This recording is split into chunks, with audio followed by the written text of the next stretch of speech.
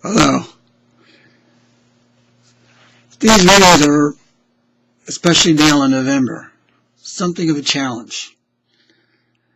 They're very direct in that sense, um, and for that reason, a challenge.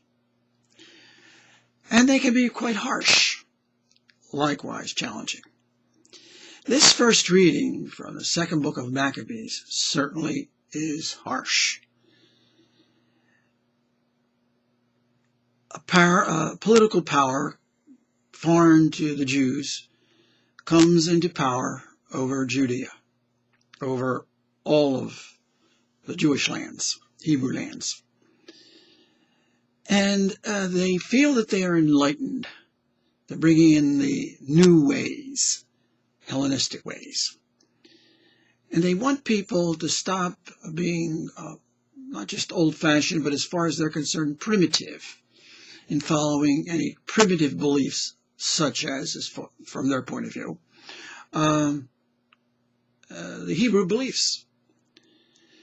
And their way of getting people to stop doing that is for them to eat pork as a sign that they've given up their old ways. It's more than just symbolism. For in eating pork, the Jew is saying, I am no longer a Jew. I reject Judaism, our old traditional Hebrew beliefs in one God, and now I accept paganism. And now I accept these Hellenistic ways, that they are enlightened. From the Jewish point of view, the Hebrew point of view, this is worse than death. This is total disaster.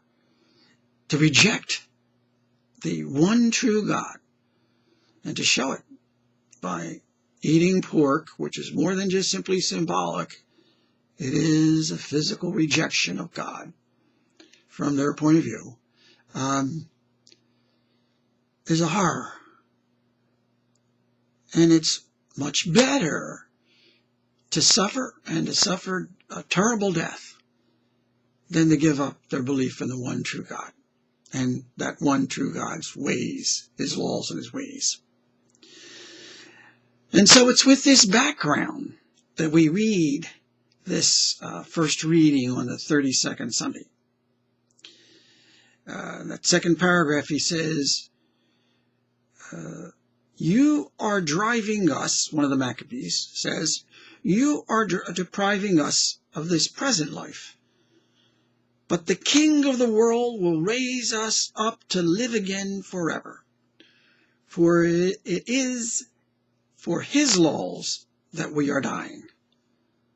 In other words, yes, we give up life here. But in its place, we get life forever. And then toward the end, the fourth brother says, that text there is, when he was near death, he said, it is my choice to die at the hands of men with the hope God gives of being raised up by him. But for you, there will be no resurrection to life. There will be no resurrection to life. For you, there is no life that God will give you forever. With that in mind, that belief in life, comes the challenge in the gospel reading.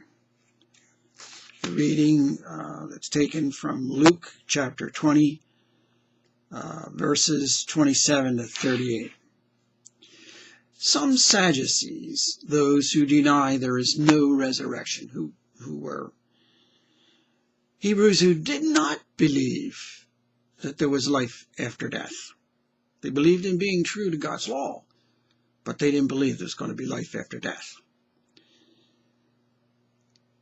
They propose this case where the woman has to marry 7 different brothers.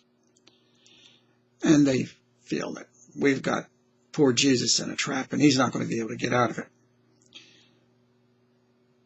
in the resurrection, whose wife will she be? She married 7. Well, Jesus said, it's not going to be that way. Heaven is not earth transformed to heaven. Heaven is a whole other system of living, of relating, of being. In the resurrection of the dead, we neither marry nor are given in marriage. They no longer die.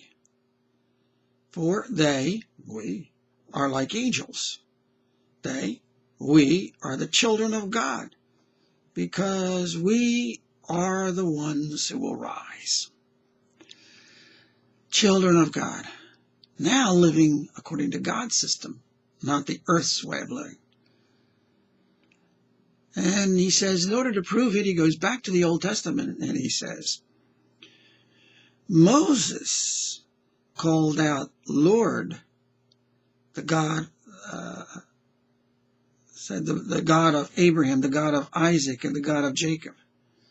He is not God of the dead, but of the living. For to him all are alive. Although Abraham died, Isaac died, Jacob died, but they still live.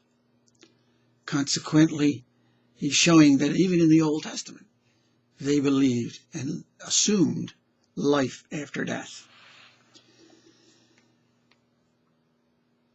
Life after death.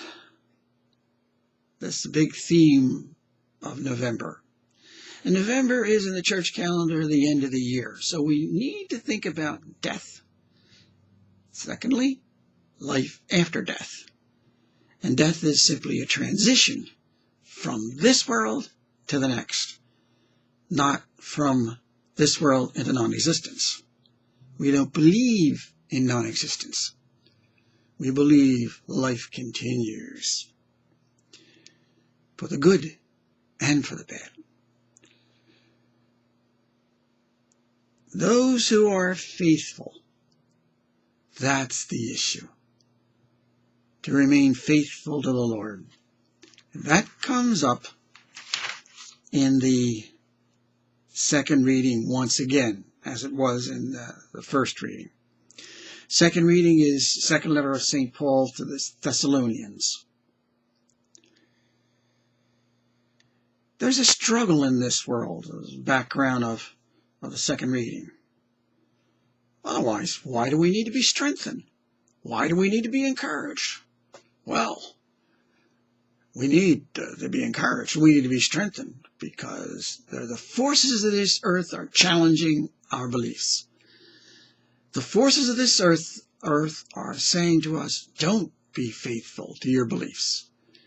We have another set of beliefs. Sort of the world's philosophy. What I would like to call the devil's lie. Live till death and die forever. In other words, there wouldn't be any life afterwards. Well, that's a lie. And in the scriptures, scriptures make it clear. That's not a choice. If you live for today and think you can die forever, it's not going to happen. The death goes over into life. Life in heaven or life in hell, but life. So this world is a challenge, is a struggle, where we're being challenged always. And we need to be encouraged. We need to be strengthened. In other words, we need to live our lives not just in our own selves, but in the all-powerful God who loves us and always wants to encourage us, to strengthen us. All we have to do is constantly go back to him and ask for his help. We'll need it and need lots of it, and we'll never stop needing it. And he will never stop giving it to us as long as we ask and always allow the Lord to give it to us and we receive with open hearts. May the Lord bless you, bless us all in his power and in his goodness. Thank you.